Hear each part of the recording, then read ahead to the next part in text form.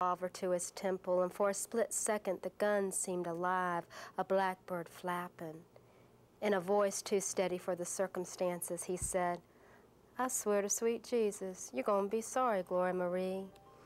Then he slipped the weapon into the waistband of his pants, an eerie satisfaction bouncing across his face, and he stormed back out the front screen door.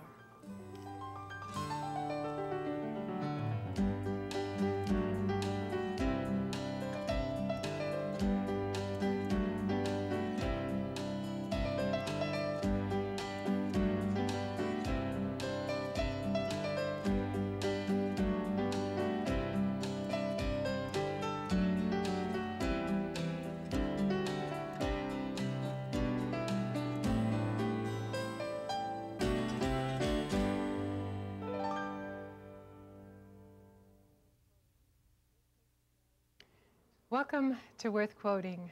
With me today is Connie May Fowler, a wonderful novelist from the state of Florida. I am Mary Sue Koeppel, the editor of Calliope. Welcome, Connie. Thank you. It's nice to be here. We're delighted to have you. Connie, you came the first time to FCCJ when you had first published Sugar Cage. And I have to make a confession. I looked at the cover of Sugar Cage and I thought, this looks like a Harlequin romance. And I know that you've commented on that since. But then I opened the cover and I was so delightfully pleased with how beautifully you write. Since Sugar Cage, you've done River of Hidden Dreams. And your latest book, which is to come out in just a couple of weeks, is the one I'm holding in my hand, The Galley Proofs, Before Women Had Wings. And I think we'd like to talk mostly about Before Women Had Wings this afternoon, if that's okay with you. Great, I'd love to. Okay. Before Women Had Wings has a main character who's about 6 years old. Her name is Bird.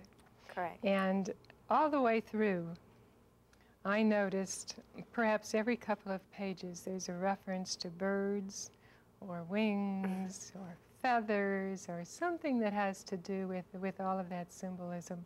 Would you talk for a little bit about what you had in mind with all the symbolism of the wings and the birds? In this book particularly, it's an ongoing theme in my work, but in this book particularly, I think it addresses the notion of transformation. And Bird is a little girl who is in desperate need of transformation, of somehow finding a way out of the circumstances of her life. And so she is automatically attracted to this notion of flight, to fly away, to find a new roost, as it were.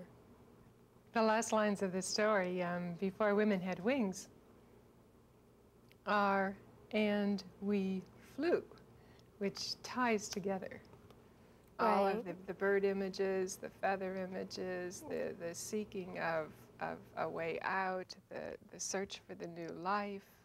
But it's a bittersweet image because the mother doesn't find her wings, or in the most hopeful of circumstances, maybe she will find her wings. But Zora, who's the old character who takes the children away from the situation, promises the children that their mother probably will join them. Is that a kind of a false hope then? Is that what you're saying? I don't think it's a false hope, but I think it would be, I think given Gloria Marie's personality and what she's up against, and it's not that she's fatally flawed, it's that society was fatally flawed, and so she's got a real uphill battle facing her.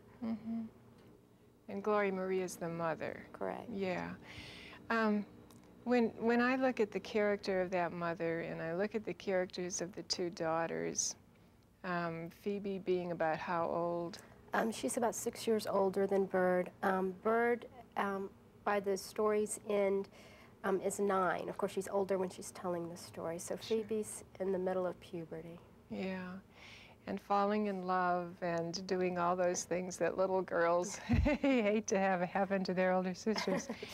But each one of them is trying to escape in her own way from this life of abuse, this life of terror, tragedy that each one of them is having to face.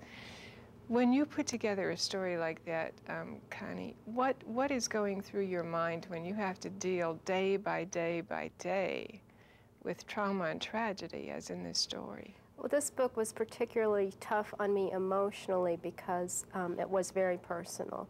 And to drag all of that up again and to deal with it again wasn't anything that was particularly pleasant. However, Bird, I think, is a very engaging little girl who can be absolutely hysterically funny. So in a sense, Bird sustained me. But it was, you know, I had my bouts of depression in the writing of it because it was going back through material in my own life that was difficult to deal with. Do you mind talking about that a little bit? I would think your audience would probably be real interested because you grew up in St. Augustine, at least for what, the first 7 years? Yes, between both St. Augustine and Jacksonville Beach. In fact, I went to first grade at San Pablo Elementary School in Jacksonville Beach.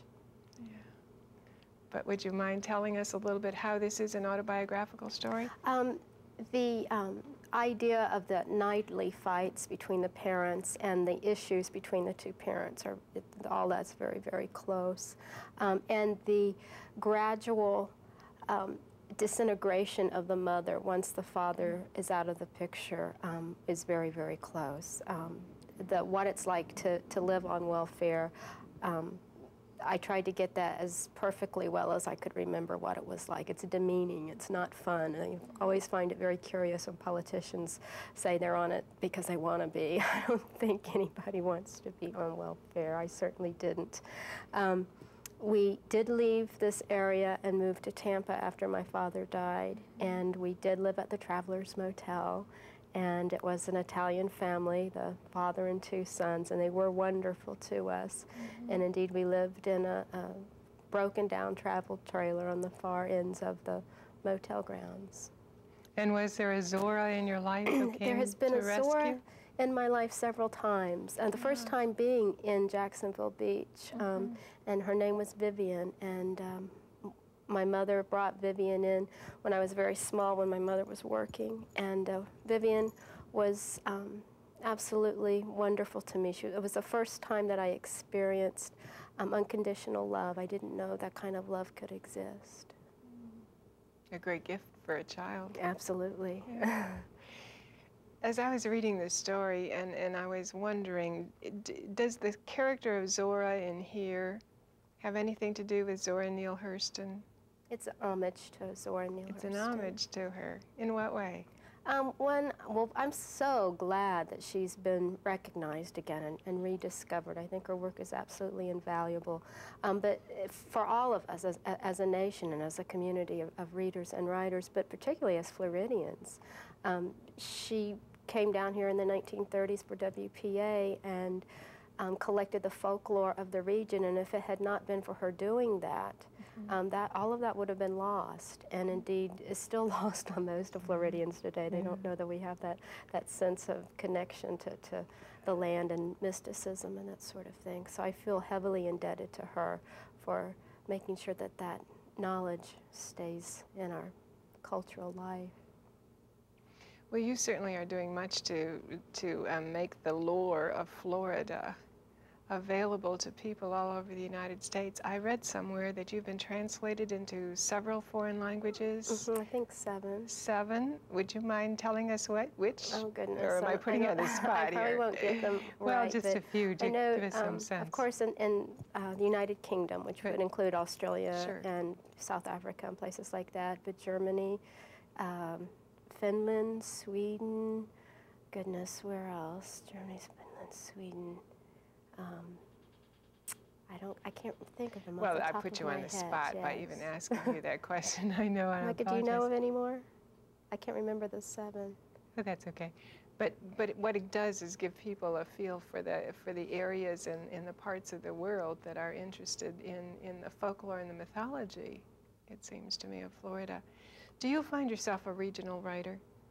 I don't think so. I mean, my sense of place is Florida, and it's where I've always lived, so it's where I write. I have a little bit of trouble with regional tags because it seems like unless you're writing about Manhattan and New York, then you're a regional writer, and that doesn't seem quite right to me. So that's why I sort of bristle at the regional tag.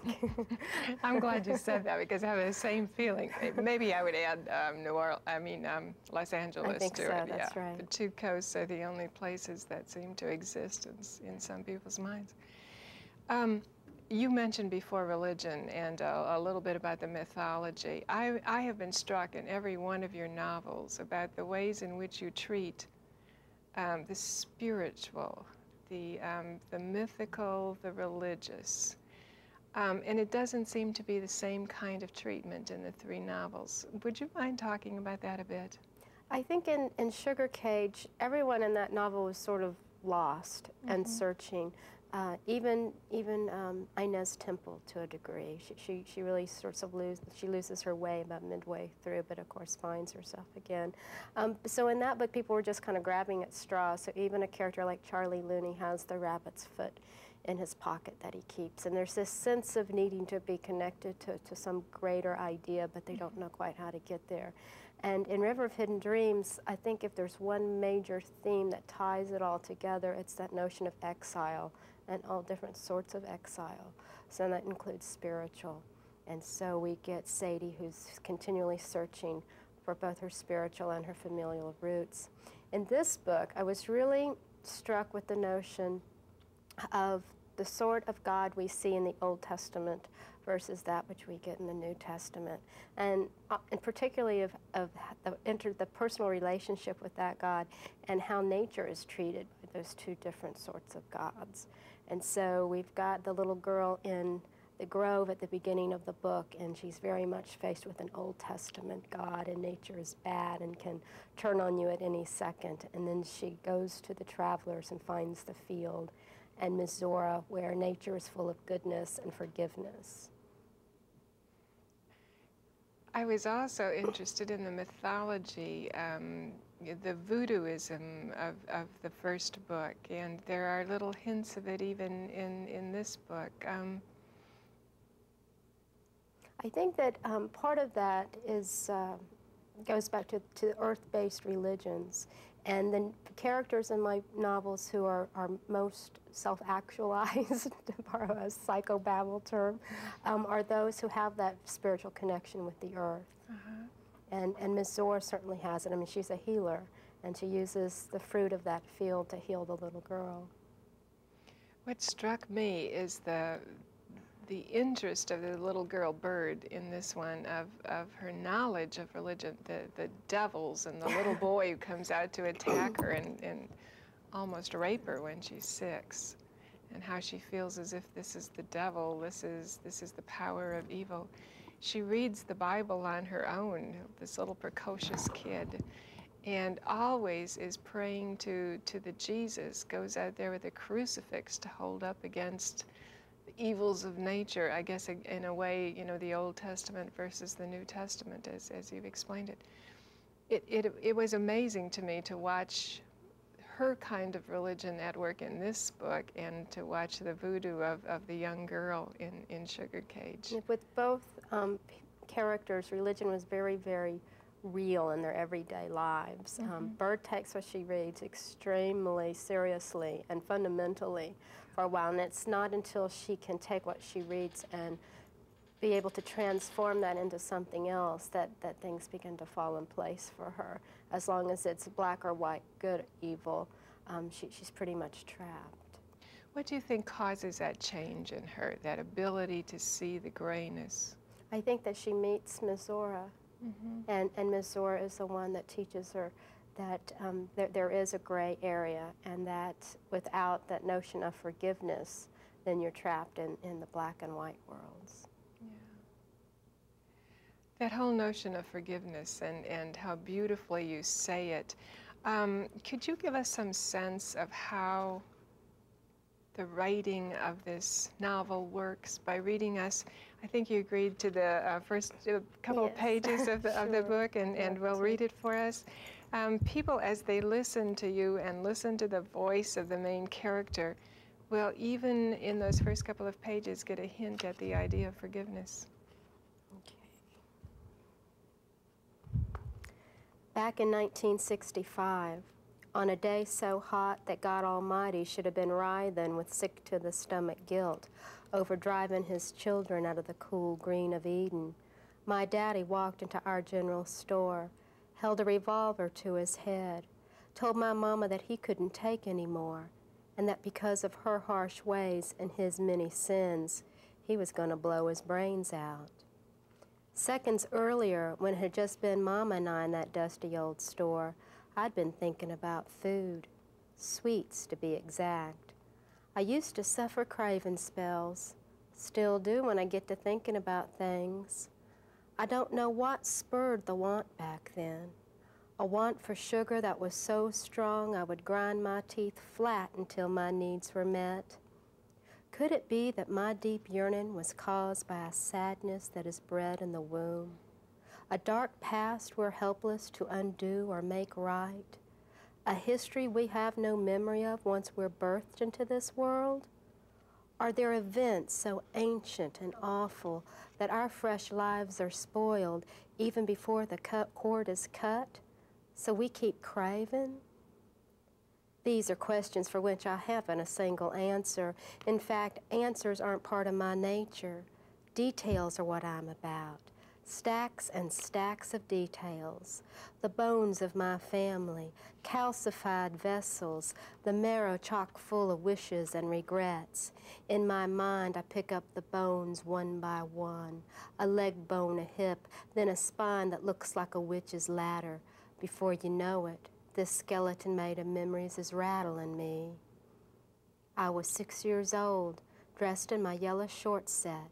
It had white rickrack tacked around the neck, standing in front of the pine bins that were full to overflowing with sweets, trying my hand at whistling in an attempt to get my mama's attention, hoping that she would look up from the black ledger book and its long columns of numbers that evidently foretold our future, wanting her to smile and say it was okay to eat a honey bun, my favorite food in the entire world, betting that she would not snarl at me to get the hell away from the sweet bins, because didn't I know it was almost lunchtime when Daddy staggered in through the front screen door and, without saying hello, proceeded on with that revolver, held it down by his side and let his arm dangle back and forth as if the gun were nothing more than a toy, something he might throw across the room.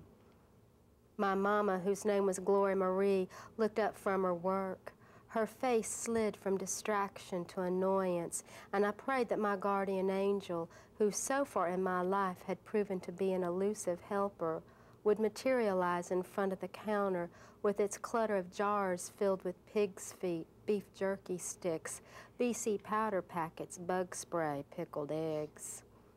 Prayerful words welled up inside me, whirled through my head. Please, angel, whisk me away. Take me to your house in the clouds, just for a little while, just for today. I looked at the black muzzle of the gun, and my daddy's freckled fingers wrapped around its handle like 5 pale, unsteady snakes. Come on, angel, come on. Mama said something under her breath, probably a curse word. She knew a lot of those. Then she picked up her perfectly sharpened pencil, pointed at Daddy dart-like, and said, Billy, put down the gun. You're scaring the children. Although he could not have been scaring my big sister Phoebe, because Mama had sent her down the road to Mrs. Bryson's to deliver the lard and flour she'd ordered. My daddy's blue eyes were crazy. Thunderhead wild, my mama always called it. You know, that look of madness, as if a person's knotted up, devil-haunted soul has been forced inside the small space inside the sockets, flashing despair, anger, and hurt like a warning light. Do not enter, do not cross, do not attempt to soothe. Glory, I mean it. I'm sick and tired of trying to make it in this godforsaken world. You and the girls will be happier with me gone. Daddy's voice was loud, trembly. He was crying. I shut my eyes, and on the backs of my eyelids, I saw Mama get up from behind the desk and put her arms around Daddy and coo, Everything's gonna be fine. Yes, baby, I love you. Your daughters love you. If I'd been her, I would have done that. But my daydream did not come true. When I looked again, Mama was still sitting, thumping that pencil against the coffee-stained pages of the ledger. When she spoke, her words pounded into me as if she were a fancy footwork and prize fighter. Jesus, Billy, you're behaving like a fool. A shadow passed over my daddy's eyes. His lips curled into a grimace, then a grin that was all heartache and threat. He looked past my mama at nothing in particular, and I feared he might be staring into the unknowable face of our Lord and Savior. Daddy raised the revolver to his temple, and for a split second the gun seemed alive, a blackbird flapping. In a voice too steady for the circumstances, he said, "I swear to sweet Jesus, you're gonna be sorry, Gloria Marie." Then he slipped the weapon into the waistband of his pants, an eerie satisfaction bouncing across his face, and he stormed back out the front screen door. Thank you for sharing that. You're very welcome. As I listened to those first couple of pages, you've introduced many of the themes, have you not? Beautifully. The feel of violence, which just permeates this thing. The violence that's spoken, the violence that you know as this little 6-year-old may happen at any second, no matter what she does. The violence that she feels responsible for but cannot prevent, and irrationally feels responsible for, I suppose, as any little kid does. The feeling of the blackbird already. That's right. And the meaning of the blackbird. The asking of those questions in the very first page, that there are questions for which I don't have a single answer. Answers aren't a part of my nature, details are. Stacks and stacks of details. You're very good at stacks and stacks of details as we go through this. That's the writer's art. Yeah, but you're particularly good at it. And did you have to do research in order to find out what the world was like then, or is this memory? This book is almost all memory. So you've set it in the time of about... The mid-60s. The mid-60s. But in what area of Florida? Is it Tampa? It'd be Central Florida, actually. The first part of the novel takes place in Central Florida in a town I made up called Lily. Yeah. I think if it really existed, it would be somewhere around Floral City, which used to be Orange Country and isn't anymore. And then in the second half of the novel, they moved to Tampa. Right, yeah, yeah. The Tampa's real clear. I just didn't know where Lily was. Yeah. This, if we could just go back to this very first couple of pages again. In the words of this little girl, thinking back on what had happened to her, she says, "Sweets, I used to suffer craving spells," and all through the book we get the sense of the need of the sweet, which stands for, I suspect, all of those inner needs that aren't being met emotionally or spiritually, and so she's going after the sweets. She says, "Still, when I do get to thinking about things, I don't know what spurred the want back then, the want for the sugar, the deep yearning caused by a sadness bred in the womb," which I suspect is your statement all through this story, that really we have no meaning or understanding or cause really for deep and profound suffering.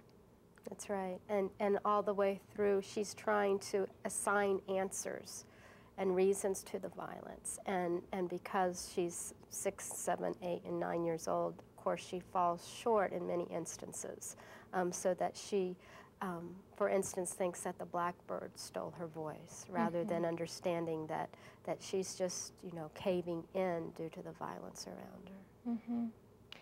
As the older voice is telling this story, what are the hints that you put in here that there are some answers? Goodness, hints that there are answers. I think, for one, her sense of hopefulness. I mean, at times she's dark and depressed, but mainly permeating as much as a sense of spirituality and searching permeates the book, and violence permeates the book. It's that sense of hope that there's got to be something better, and she's going to find it.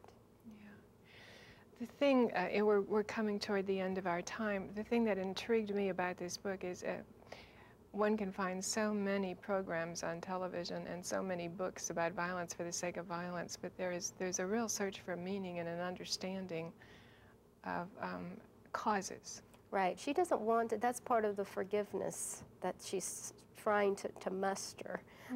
She doesn't want to blame her mother. She loves her mother. She loves her father. And she keeps saying, if he's so bad, why do I love him? Well, nobody's 100% bad, you know. Yeah. And so she's searching to try to figure those answers out. But to be able to realize that those people, that there was a goodness embedded in them, and that there were a lot of social and familial reasons for them to act the way they acted, is the first step towards forgiving them. And the world could take a lesson, could it not? I think so. We keep blaming instead of forgiving. Instead of forgiving, which is one reason why you are not a regional writer, because the themes of your books are way beyond just the region and the folklore of the immediate Florida or Floridian point of view. Connie May Fowler, thank you for joining us today. What we have in you, I think, is one of those world treasures. And we're pleased that you came from this area of Florida, pleased that you came from Florida, and pleased that you came to join us here at Florida Community College of Jacksonville. I'm Mary Sue Koeppel, the editor of Calliope, and so pleased that you joined us today. Goodbye.